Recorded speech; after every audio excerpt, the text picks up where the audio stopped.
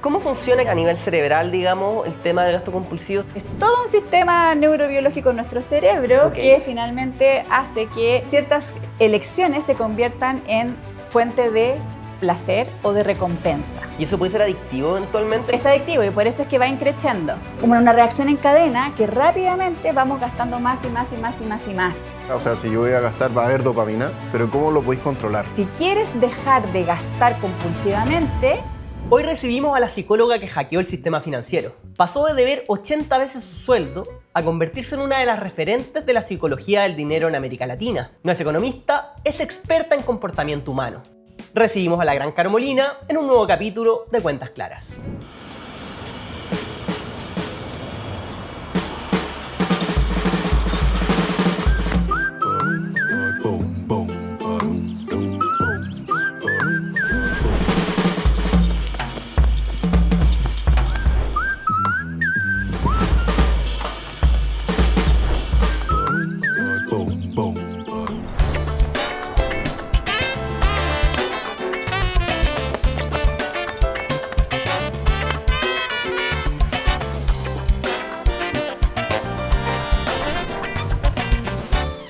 Carolina, eres psicóloga, hablas de finanzas. ¿Por qué una psicóloga habla de finanzas? ¿Por qué? Porque estuve muy endeudada y después de cachar que la plata no solo son números, sino que también son historias, son traumas, es autoestima, es un montón de otras cosas más. Aprendí de psicología del dinero y ahí fue como, wow, cómo influye nuestra mentalidad y nuestros hábitos de pensamiento, de sentimiento y físicos en nuestra gestión de la plata y en nuestra relación con la plata. ¿Cuánto estuviste endeudada? Muchas lucas, 80 veces mi sueldo, que es como lo que más he compartido, pero hay otras deuditas que después caché que también estaban. Pero básicamente me endeudé con tarjeta de crédito. Eso fue como mi santo error. ¿Eso fue en la famosa universidad que llegaron los bancos y te pasaron la tarjeta? Sí, y eso es lo loco del lenguaje. ¿Cacha lo que hay que decir, Nico? Dijiste, te pasaron las tarjetas. Claro, ellos hicieron el acto de pasarme la tarjeta, pero yo fui la que firmó y aceptó. Hay un acto de responsabilidad que psicológicamente hablando no lo consideramos. Es como que el sistema es el malo, el banco es el malo. Y claro, tiene una parte que es concreta, porque hay una estrategia comercial detrás de eso que no involucra educación financiera. Pero hay otra parte de mi propia responsabilidad que fui yo la que usó la tarjeta. Fui yo la que pagaba el McDonald's con cheque. Porque me juraba gerente. Ojo, yo ahí tengo un reparo respecto a los estándares de la sociedad occidental. Yo creo que una persona debería ser mayor de edad a los 25 años. Mira, por el cerebro. Porque una persona de 18 años no toma buenas decisiones financieras. Bueno, igual creo que no depende tanto de la edad. En Estados Unidos a los 25 te dejan hacer muchas más cosas. Ah, ya, ok.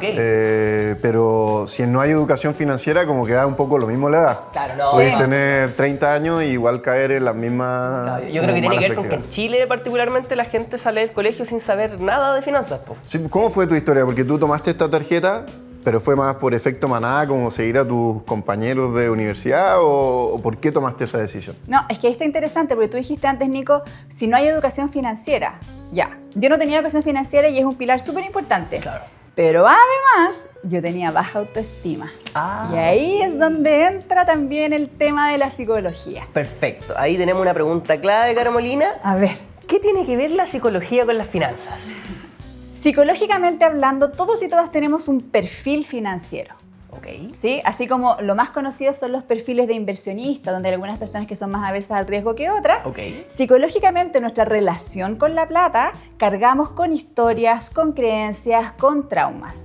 Y todos tenemos algún tipo de historia que podríamos contar, no sé, ver a los papás peleando, por ejemplo, si es que en algún minuto a tu papá o a tu mamá le iba súper bien y después le fue mal. Esas son historias que van quedando en nuestro cuerpo, en nuestro cerebro-mente, en la dupla cerebro-mente. Entonces van configurando un estilo de relación con la plata. En mi caso, como tenía baja autoestima, muy baja autoestima, yo quería compensar el sentirme parte de y el ser vista y ser querida a través de estos actos de compra y de pago. Una carencia, digamos. Claro, o sea, una baja autoestima es una carencia de amor propio. Claro, wow. Tiene que ver con eso. Entonces, me pasó en particular, son muchas variables, ¿no? Pero en esto que estoy hablando en particular, psicológicamente hablando, yo traté de compensar con la tarjeta de crédito y la línea de crédito y la cuenta corriente y la chequera, porque en esa época chequera. Y llegaste 80 veces sí. de deuda en tu sueldo, digamos. Sí, porque es que es descuadrado. Yo partí endeudando, porque yo digo mi sueldo, pero eso llegó después. Ah, ok, no había sueldo en ese momento. Había ingresos, claro, pero yo trabajaba de garzona en matrimonios, en eventos, en un café. Era marginal de repente la verdad que llegaba. Po. Claro, y yo dependía de mis propinas, era variable. Entonces, si yo ganaba, no sé, 250 lucas al mes, pero tenía un cupo de 500 lucas en una, de 1 millón en el otro, hay un descuadre respecto de la cantidad de plata que una persona está ganando y la capacidad de crédito que tenemos. El otro día, de hecho, acompañé a una amiga a una casa comercial que tiene tarjeta de crédito, por supuesto, porque también tiene banco, y ella nos llevó los papeles, fue como, voy a ir a preguntar, ¿cachai? Ya, yo te acompaño, vamos. Y la vieron en el sistema y aparecía con el sueldo de, así como, hace 1000 años atrás, que eran 300 lucas.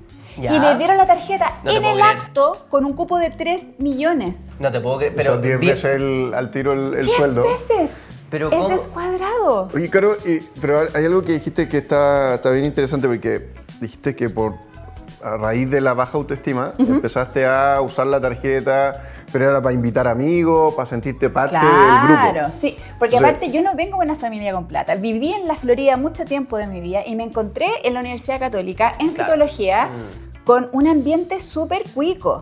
Y en ese minuto yo tenía un montón de creencias limitantes y me habían pasado cosas con personas que tenían mucha más plata que yo, que habían sido incómodas. Entonces yo creía que todas las personas con plata eran malas, eran devaluadoras, eran mala gente. ¿No tienes estigma de repente en la cabeza cuando una persona como clase media, como que veis para arriba y decís como, pero estos compadres deben ser como súper altaneros, déspotas y nada que ver? Pues. O sea, es que algunos sí, y algunos sí. no. Y ese es el tema, que nuestro sistema de creencias y de valores se forma con experiencias. Entonces, como yo había tenido la experiencia, no sé, de estar bailando en el IV, en Vitacura, después fue chocolate, después no sé qué, estar bailando ahí y estar súper bien con un gallo con buena onda, no sé qué, y que me preguntaba, oye, ¿dónde vives? Y yo decirle, en la Florida, porque todavía no conocía esas distinciones sociales. Y se iba. Claro. No.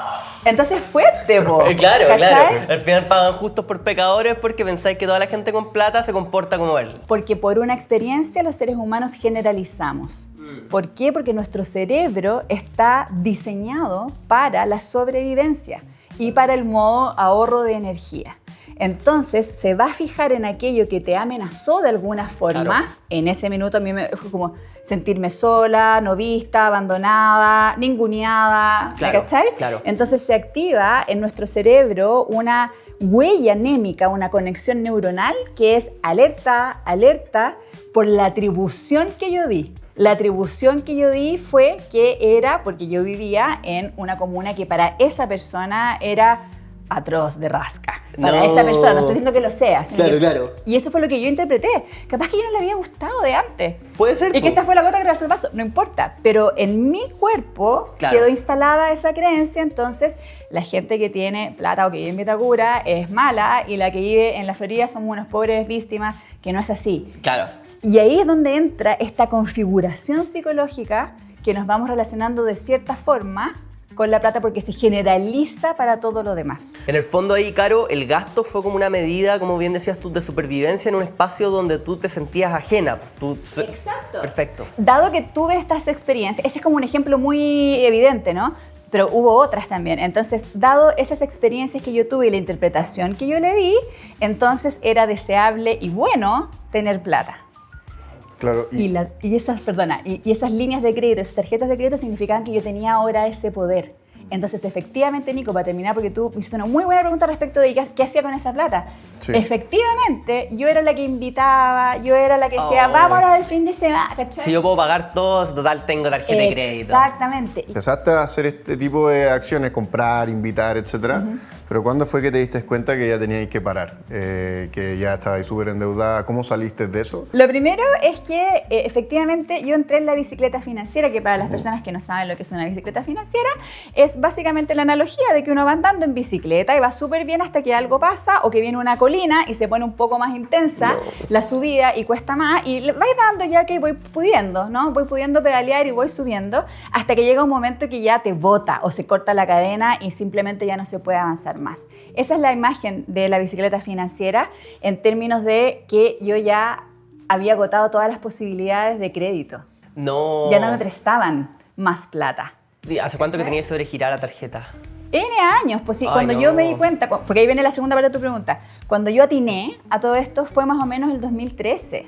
Guau, Y pero ahí había reciente salido igual. de la universidad. Ya había salido de la universidad, ya estaba trabajando, ya tenía un sueldo que me sobraba mes al final del sueldo porque tenía que pagar estas deudas. No. ¿Cachai? Porque ya venía endeudada. Entonces tenía un sueldo, me iba bien, pero igual estaba sobregirada absolutamente. Entonces, en esta bicicleta financiera que ya venía, se sumó a un hecho específico que yo ya tenía un hijo en ese Ok. minuto, que en ese minuto estaba, bueno, todavía, es flaco.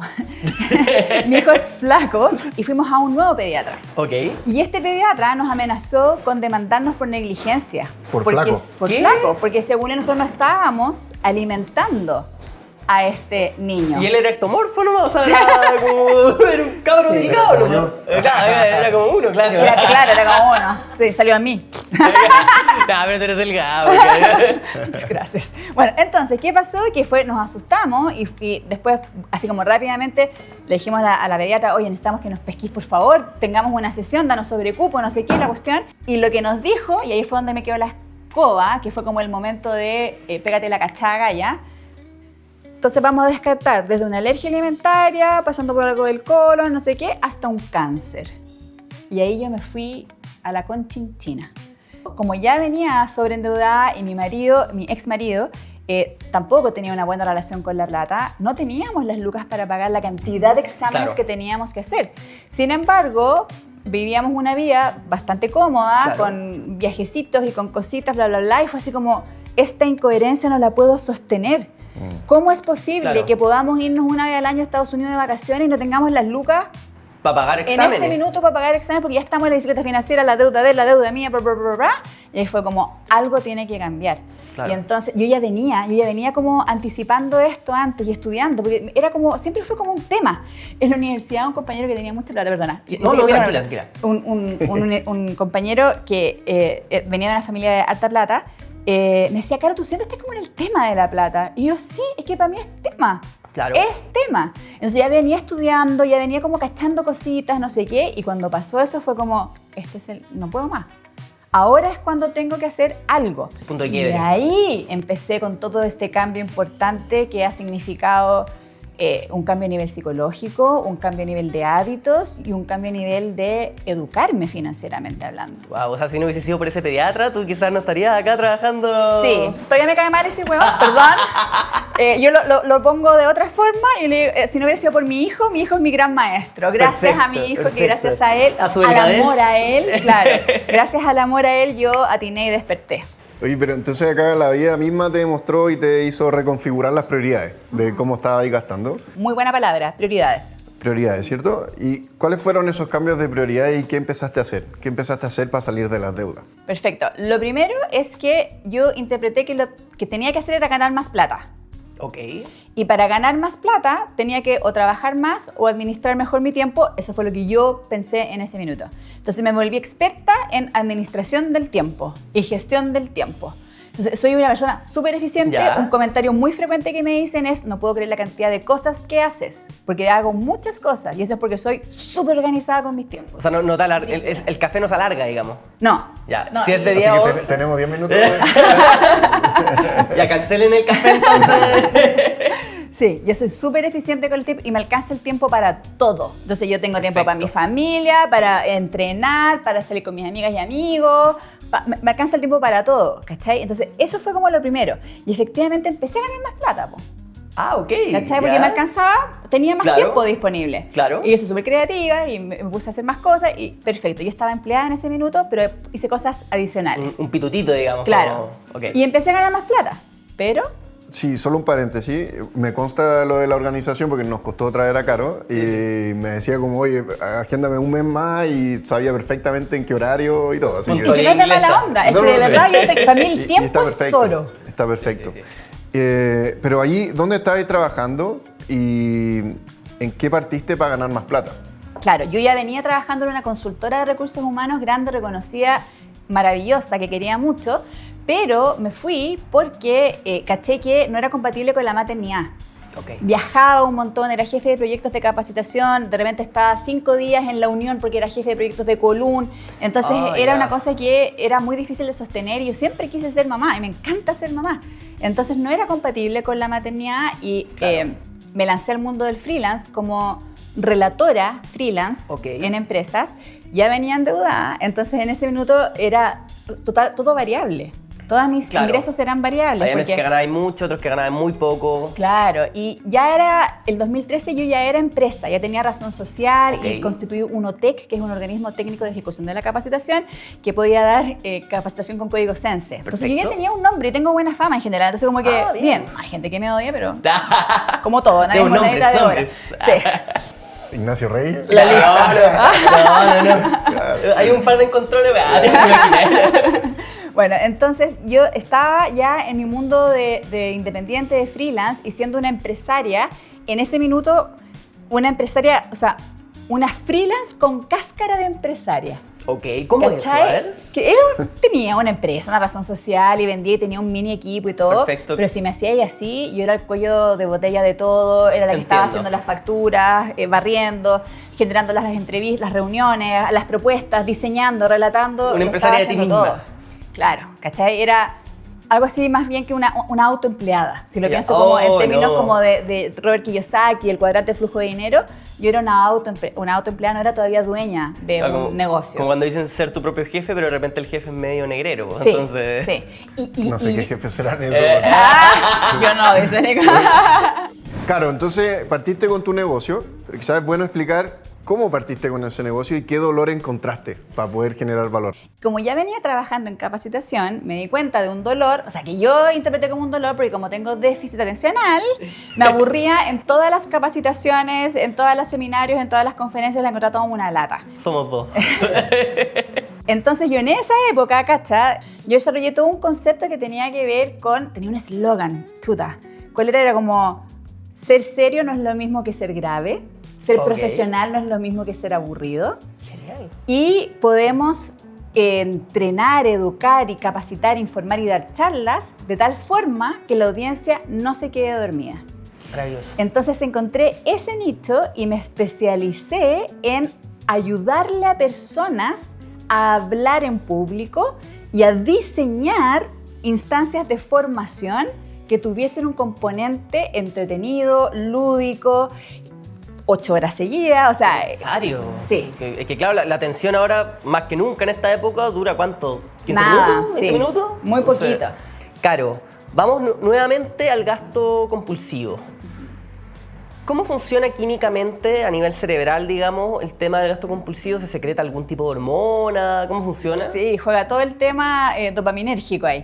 Del sistema dopaminérgico, de nuestro sistema de recompensa y de la corteza anterior cingulada, que es todo un sistema neurobiológico en nuestro cerebro que finalmente hace que ciertas acciones, y todos tenemos nuestras propias drogas, Claro. que ciertas elecciones se conviertan en fuente de placer o de recompensa. ¿Y eso puede ser adictivo eventualmente? Como, Totalmente. no sé, como tomar alcohol o el cigarro. Es adictivo. Wow. Es adictivo y por eso es que va increciendo. Por eso es que si una persona es drogadicta del azúcar, yo creo que es una droga y yo fui drogadicta del azúcar, va a ir necesitando más. Claro. ¿Verdad? Una persona que consume cocaína también va necesitando más para conseguir el mismo porque se acostumbra al cerebro. Hay tolerancia, po. Aumenta la tolerancia, el umbral de la tolerancia. Entonces, ¿qué es lo que ocurre? Que con las compras compulsivas ocurre lo mismo. Claro. Y es súper evidente, no sé si a ustedes les ha pasado, no, yo creo que a ustedes no. A mí tampoco. No. Cuando uno se va de viaje, ponte tú y tiene un presupuesto y te pasaste, te descalabraste un poquitito y de ahí es como ya, descalabro total, ya que estoy acá, y gastáis mucho más de lo que ya me pasé, pensaba. me paso con todo nomás. Exactamente, porque el centro de recompensa empieza así, dale más. O esta frase así, disculpando mi francés, ¿para esa guay trabajo? Exacto. Así como, ya, pero si no trabajo todo el mes... Loco, que me pase de 100 lucas del presupuesto, después arreglo, no voy a arreglar. Claro, que el asunto es que yo creo firmemente, yo tengo una convicción. Yo creo que la plata también es para disfrutarla. Ah, claro. Yo creo que está bien el poder disfrutar, el gozar, el hacer cosas que te encanten y que requieren financiamiento. El punto está que cuando no tenemos una mentalidad y una autoestima correctas, lo voy a decir así, claro, en términos de las finanzas personales y no tenemos educación financiera, rápidamente entramos en este loop que es como una montaña rusa en bajada, es como reacción en cadena. Entiendo. Es como una reacción en cadena que rápidamente vamos gastando más y más y más y más y más. No porque no seamos dignos de disfrutar, sino que porque esta reacción en cadena, cuando es inconsciente, claro, nos endeuda. Ese es el problema. Y claro, porque está interesante, al final es como mecanismos del cerebro, la dopamina es natural y va a estar así independiente de lo que uno haga. O sea, si yo voy a gastar, va a haber dopamina, pero ¿cómo lo podéis controlar? O sea, ¿cuáles son los tips para poder controlarlo? Es que eso es muy potente a nivel cerebral, porque nosotros podemos usar nuestro cerebro a nuestro favor. El cerebro es neuroplástico, se va moldeando, se va cambiando. Y nosotros tenemos una dupla que es cerebro-mente, son dos cosas distintas. Mucha gente piensa que la mente es lo mismo que el cerebro. No. El cerebro es como el hardware, ¿sí? Es el aparato. El aparato, ¿sí? El dispositivo. Sistema operativo. Ah, no, perdón, el aparato. Al revés. El objeto. Exactamente. El y el sistema operativo o no sé, en esa época, PowerPoint, Word y qué sé yo, es el software y es nuestra mente. El macOS del... Claro, exacto. Y nuestra mente es una función del cerebro. Nuestra mente es una función del cerebro. Los pensamientos son disparos de conexiones neuronales. Claro. O sea, son eléctricos y magnéticos. Entonces, nuestro cerebro puede jugar a nuestro favor si es que nosotros intencionamos desde nuestra mente, porque se influyen mutuamente. Es como lemniscata, el signo del infinito. Ah, perfecto. Se influyen mutuamente. ¿Cachai? Wow. Entonces, como está nuestro cerebro, también está nuestra mente. Y como está nuestra mente, también está nuestro cerebro. No es un sistema cerrado. Hay personas que postulan que es un sistema cerrado, pero la investigación dice que no. Entonces, cerebralmente hay cosas que tienen que ver con el estilo de vida, po. Ok, y de repente ¿Cachai? hay que forzarse a hacer ciertas cosas. Sí, hay que esforzarse. Y ahí es donde entra la corteza anterior cingulada, que es ese espacio en nuestro cerebro que va a fortalecer nuestra fuerza de voluntad toda vez que tomamos una decisión que es contraria al impulso. Perfecto. Uno va entrenando. Es un entrenamiento, por eso es que mi lógica es Mindset Gym, es un entrenamiento. Todo lo que yo hago son entrenamientos. Perfecto. Y a veces uno va al gimnasio y a veces no. Claro. Pero si querés tener un musculito que se marque, tenés que ir y tenés que hacer estas cosas. Y Aunque lo no mismo queráis. con nuestra mentalidad, aunque no quieras. Sí. Aunque no tengas ganas de ir. Entonces lo que vamos construyendo es una serie de hábitos.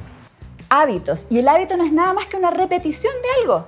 Perfecto. Es la repetición de una acción constantemente. Entonces, ¿cómo puedo hacer para ayudarme? Primero tengo que entender que está en mi cerebro, que no es solo fuerza de voluntad, pero que hay que entrenar la fuerza de voluntad. Excelente. Entonces, puedo apoyarme de libros maravillosos como Hábitos Atómicos, como Tim Ferriss. Tim Ferriss tiene súper buen entendimiento de esto. O Mi marido imaginario número 2, que es Andrew Huberman, que tiene un montón, es un neurocientífico de Stanford que tiene un montón de información al respecto. Entonces, uno, háztelo fácil. Eso que tú quieres cambiar, porque uno puede dejar de hacer algo o hacer algo nuevo. Ok. Son dos formas, ¿no? Sí. Ok, háztelo fácil. Entonces, si quieres dejar de gastar compulsivamente, tienes que hacerte fácil el no actuar compulsivamente. Como alejarte de esos estímulos. Alejarte del estímulo porque la dosis, o sea, el veneno, el sustrato, digamos, Claro. que inicia, claro, puedes alejarte o puedes sacar la tarjeta del teléfono Ya, ok. o puedes dejar la tarjeta, que hay algunas alumnas que lo hacen por un rato porque es un entrenamiento hasta que Claro, ya sí, se sí. regula, ¿no? Congelada dentro de una Ziploc en el freezer, sobre todo para cybers, ¿cachai? Como hacerte, en ese caso, más difícil el acto de la compra o más fácil el acto de restringirme a mí misma. No, es verdad ese tema de, por ejemplo, la tarjeta en el teléfono. Y creo que desde que empecé a usar el wallet he gastado infinitamente más que con la tarjeta, porque antes era como, no sé, abrir la mochila, buscar la billetera. En cambio acá es como... Y eso es súper clave porque es un tiempo de reacción. Sí. Cuando uno está en un hábito, el que sea, es un programa automático, es un piloto automático. Claro. Entonces, el espacio, el tiempo entre el estímulo y la respuesta cada vez es más corto. Por algo Claro. Netflix antes te preguntaba, ¿quieres seguir viendo? Y no tenía que apretar el botón. Ahora pasa al próximo capítulo sin preguntarte. Porque el tiempo de reacción es lo que se acortó. Entonces tenemos que alargar el tiempo de reacción. Claro, está bien interesante porque al final es ir construyendo más fricción.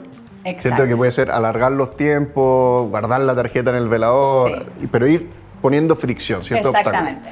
Pero esa es la parte como para construir el hábito y evitar esa dopamina o controlarla mejor. Pero en la parte de educación financiera, si hay alguien que nos está escuchando y quiere partir, ¿qué libro o qué recomendación le podemos dar? Primero que tome mis cursos, claramente. Tengo que decirlo, sígame en Instagram, soy Caro Molina. Yo tengo una escuela de mentalidad y educación financiera que tiene que ver todo que ver con nuestros entrenamientos de mentalidad y educación financiera. En términos de recomendaciones de libros, al menos a mí los que más me han marcado, o sea, yo tengo amigos que son autores, la Romy Capetillo, Pancho Ackerman, tienen muy buenos libros, solo que ellos llegaron después a mi vida, entonces el impacto no fue el que tuvo T. Harv Eker con Los secretos de una mente millonaria o Robert Kiyosaki con Padre Rico, Padre Pobre. Esos libros a mí me marcaron fuerte, me ayudaron un montón y siempre los recomiendo si usted quiere. Y también están los de la Romy, los de Pancho, o sea, hay un montón de libros muy buenos, pero los que a mí más me hicieron como un avance fueron Los secretos de una mente millonaria de T. Harv Eker, que me daba unos monos terribles leerlo, porque ya quería ser millonaria, porque todavía tenía creencias limitantes respecto de eso. Y Padre Rico, Padre Pobre. Y uno que no es de plata, pero que influye en todo, por lo que estamos hablando ahora, que es de Stephen Covey, que se llama Los 7 hábitos de la gente altamente efectiva. Esos 3 son los que para mí son el top 3, pero sin dudarlo. En ese sentido, hablaste de 7 hábitos. ¿Cuál crees tú que es el hábito más importante si tuviéramos que ser reduccionistas a la hora de salir de los gastos compulsivos? Primero, mirar las lucas, que es lo que en general no hacemos. Hay personas que son súper ordenadas, estoy generalizando claramente. Hay personas que son súper ordenadas, que revisan su cartola todos los días. Bacán, no estoy hablando de ellas, estoy hablando de los gastos compulsivos, que suelen tener ese descontrol. Y el descontrol pasa por la falta de atención. ¿Y atención a qué? En este caso, a tus números. A revisar tus números. Ese es como lo primero, mirarlo. La cantidad de alumnas y alumnos que he tenido, que yo también fui esa persona, que no tienen idea de cuánto gastan, cuánto ganan, no lo sabemos porque no miramos realmente. Realmente está el miedo incluso a mirar la cuenta, el estado de cuenta, cuánto debís de la tarjeta. Es un delator igual, como que te dice, oye, estáis gastando en todo esto y nadie quiere saberlo. Te lo enfrenta. Pero acá entonces la recomendación sería revisarlo y anotar ingresos y gastos. Primero mirar. Ya, mirar. Primero mirar. Ese es como, si me voy a la lógica de hábitos atómicos de 1% mejor cada día, lo más chiquitito que puedo hacer es mirar. A abrir. Ni siquiera voy a enjuiciar, no voy a tomar ninguna decisión, solo voy a mirar. Esto es como, en psicología se llama desensibilización sistemática, como con las fobias. Si tengo fobia a los perros, no voy a ir al tiro, sino que voy de a poquitito. Esto es lo mismo. Entonces, estoy siendo reduccionista. Reducción número 1, mirar las lucas. Reducción número 2, que ya implica un grado de conciencia mayor porque es un hábito distinto, es efectivamente registrar. Todos los movimientos de lucas. ¿Como Splitwise, algo así? Puede ser Splitwise. Yo tengo una que se llama Finanzas Prosper App. Hay otra que se llama Registro Contable, Gestor de Gastos. O sea, hay distintas apps. Y el registro es proactivo. ¿Qué quiere decir esto? En mi escuela, ¿no? Hay otras escuelas. En mi escuela el registro es proactivo. Yo gano plata o gasto plata y lo anoto inmediatamente. Perfecto. En el acto. No hago eso de no, pero es que voy a llegar el viernes después de la pega, me voy a poner una cerveza y me voy a revisarlo. Mentira, no lo voy a hacer. ¿Cachai? Entonces es en el acto. Cualquier ingreso o egreso tiene que estar registrado. Y ahí concientizáis mucho más y creáis el hábito, porque estáis forzando a mirar, a ver. Claro. Entonces esos son como las dos base, y que cuando tú tienes esos dos hábitos base ya conformados, recién ahí se hace realista y verdadero un presupuesto. Perfecto. Antes de eso no. La mayoría de las personas entienden que es bueno tener un presupuesto, así como entiendo que es bueno tomar agua, dormir no sé cuántas horas, lo entiendo. Pero ¿qué pasa? Que cuando me lanzo a hacer un presupuesto, lo que suele ocurrir es que genera mucha frustración porque nunca cuadran. Claro. Nunca calzan. Las personas tenemos en nuestra cabeza la lógica de cuáles son nuestros gastos grandes. Cuánto pagáis de arriendo, o el hipotecario, qué sé yo. Pero no de los gastos chicos. Y cuando te vas dando cuenta de tus gastos chicos, que suman, ahí es como, en realidad mi presupuesto debería ser esto y no esto. Las 4 salí a tomar la cerveza el día jueves, el día viernes, Te pesan al final. Te pesan, que no estamos diciendo que no lo haga usted lo que quiera, pero con conciencia de que si te estáis pasando de las lucas que efectivamente tienes porque tienes capacidad de crédito, Claro. entonces te vas a empezar a endeudar sin darte cuenta y te vas a justificar en que yo me lo merezco. Hoy me sentí tan interpelado con esta... Vamos, Nachito. Claro. Oh, no, es que llevamos una temporada completa ya. Todo el mundo retándome, weón. Todo el mundo retándome. Te juro que yo lo estoy retando, no tengo idea de su historia financiera, pero a él le cae el sombrero. Mejor no saberla. Caro, no sé si tú sabes, pero en NIT ya somos más de 160.000 usuarios. Bacán. 70.000, 170.000. Ah, somos 10.000. Las cifras cada vez suben más. Y a nosotros nos gusta mucho la filosofía centrada en el usuario, nos gusta mucho escuchar lo que quiere decir la gente. Por lo mismo, el día de hoy tenemos una pregunta del público. Me una encanta. pregunta de los usuarios de NIT para Caro Molina. Perfecto. ¿Qué entre limitar? La pregunta, ¿te cachai? La pregunta es la siguiente. Caro, está de moda el discurso de la vida es hoy, viaja ahora, no seas el más rico del cementerio, digamos, como no seas la persona que tiene más plata una vez que ya está ahí finado. Suena lindo en el papel, pero ¿dónde está la línea entre disfrutar la vida y ser un gastador compulsivo? Me encanta la pregunta porque yo por muchos años dije, no quiero ser la más rica del cementerio, no tenía ni uno, pero igual, no quiero ser la más rica del cementerio, o qué pasa si me muero mañana, ¿para qué voy a cuidar mi plata? Pero eso lo decía a los 20, tengo 47, pero muy pronto cumplo 48. Ok. Entonces, 27 años después todavía no me morí, pues, compadre. Y puede que me muera saliendo de acá, no lo sé. No, pero uno esperamos que no, sabe. Yo también espero que no. Tengo muchos sueños por cumplir todavía. Pero el asunto es, para mí, el punto como la línea, no sé cómo lo dijiste, Claro, sí, el sí. punto es cuidar nuestro futuro a la vez que disfrutamos hoy. Perfecto. No son cosas incompatibles si nos organizamos y nos ordenamos. Excelente. ¿Cachai? Entonces son las dos cosas a la vez. La mentalidad de escasez, que es muy frecuente en Latinoamérica, es o disfruto o cuido para el futuro. Y la mentalidad de prosperidad es y. Perfecto. Son las dos cosas a la vez, no son excluyentes. Entonces, mi respuesta a esa pregunta es disfruta hoy y también cuida tu futuro, financieramente hablando, con nuevos hábitos que impliquen no gastártelo todo, gastar menos de lo que ganas y ese diferencial que se produce, llevarlo a ahorro, llevarlo a inversión para que tu plata crezca para tu Excelente. futuro, pensando en el largo plazo. Excelente. Caro, ¿dónde podemos encontrarte? @soy Caro Molina en Instagram, en YouTube también como Soy Caro Molina, en Spotify como Carolina Molina, no soy la rancherita.